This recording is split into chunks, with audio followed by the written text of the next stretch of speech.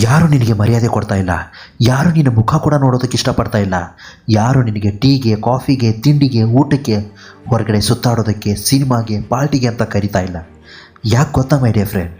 ಯಾಕಂದರೆ ನಿನ್ನ ಹತ್ರ ದುಡ್ಡೇ ಇಲ್ಲ, ಅದಕ್ಕೆ ನಿನ್ನನ್ನು ಅವರು ಕಡೆಗಣಿಸ್ತಾ ಇದ್ದಾರೆ. ಯಾವಾಗ ನಿನ್ನ ಹತ್ರ ದುಡ್ಡೇ ಇರಲ್ಲ ಅಂತ ಜನರಿಗೆ ಗೊತ್ತಾಗುತ್ತೋ ಆ ಕ್ಷಣದಿಂದ ನಿನ್ನ ಹತ್ರ ಕೂಡ ಯಾರೂ ಸುಳಿಯೋದಿಲ್ಲ. ಗೆಳೆಯ, ನಿನ್ನ ಹೆಸರು ಶಾಶ್ವತವಾಗಿ ಉಳಿಬೇಕು ಅಂದರೆ ನೀನು ದುಡ್ಡು ಮಾಡಬೇಕು. ಈ ಪ್ರಪಂಚದಲ್ಲಿ ದುಡ್ಡಿಗೆ ಇರೋ ಬೆಲೆ ಮನುಷ್ಯನಿಗಿಲ್ಲ. ಅದರಿಂದ ಹೇಳ್ತಾ ಇದ್ದೀನಿ, ಮೊದಲು ದುಡ್ಡು ಮಾಡು. ದುಡ್ಡು ಮಾಡಬೇಕು ಅಂದರೆ ಕಷ್ಟಪಡಬೇಕು, ಬದಲಾಗಬೇಕು. ಬದಲಾಗು ಗೆಳೆಯ. ಬದಲಾಗ್ತಾ ಇರೋ ಈ ಪ್ರಪಂಚದಲ್ಲಿ ನೀನು ಕೂಡ ಬದಲಾಗಲೇಬೇಕು. ಇಲ್ಲಿ ಒಬ್ಬನೇ ಬಂದಿದ್ದೀಯ ಅಂದಮೇಲೆ ಒಬ್ಬನೇ ಹೋರಾಡಬೇಕು. ಯಾರಿಗೂ ಭಾರವಾಗಿ ಬದುಕಬಾರ್ದು. ನಿನ್ನ ನೆರಳು ಕೂಡ ನಿನ್ನ ಜೊತೆಗಿಲ್ಲ ಅಂದಮೇಲೆ ಯಾರ ಮೇಲೆ ಡಿಪೆಂಡ್ ಆಗಿ ಏನು ಪ್ರಯೋಜನ ಹೇಳು? ನಾಳೆಯ ಚಿಂತೆಯನ್ನು ಬಿಡು.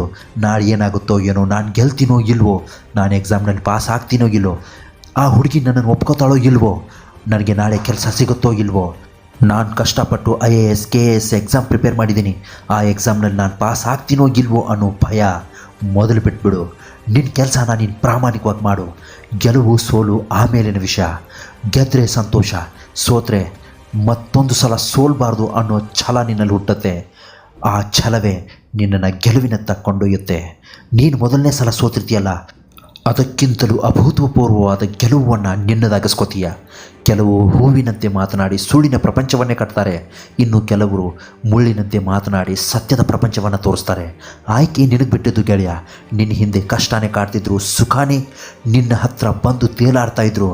ನಿನ್ನ ಗುರಿಯನ್ನು ಬದಲಿಸಿ ಮುಟ್ಟಾಳ ಅಂತೂ ಆಗಲೇಬೇಡ. ನಿನ್ನನ್ನು ತಿರಸ್ಕರಿಸಿದವರಿಗೆ ನೀನು ಏನು ಉತ್ತರ ಕೊಡದೆ ಸಮಯಕ್ಕೆ ಬಿಟ್ಬಿಡು. ಒಂದಲ್ಲ ಒಂದು ದಿನ ಆ ಸಮಯವೇ ನಿನ್ನನ್ನು ತಿರಸ್ಕರಿಸಿದವರು ತಿರುಗಿ ನೋಡುವಂತೆ ಮಾಡೇ ಮಾಡುತ್ತೆ. ನೀನು ಸಮಯಕ್ಕೆ ಕೊಡುವಂತಹ ಬೆಲೆ ಇನ್ಯಾರಿಗೂ ಕೊಡಬೇಡ. ಸಮಯಕ್ಕೆ ಮೊದಲು ಬೆಲೆ ಕೊಡೋದನ್ನು ಕಲ್ತ್ಕೋ. ಸಮಯಕ್ಕೆ ನೀನು ಮಹತ್ವ ಕೊಟ್ಟರೆ ಆ ಸಮಯವೇ ನಿನ್ನನ್ನು ಜಗತ್ತಿನಲ್ಲೇ ಅತ್ಯುನ್ನತ ಸ್ಥಾನಕ್ಕೆ ಕರ್ಕೊಂಡು ಹೋಗ್ಬಿಡುತ್ತೆ.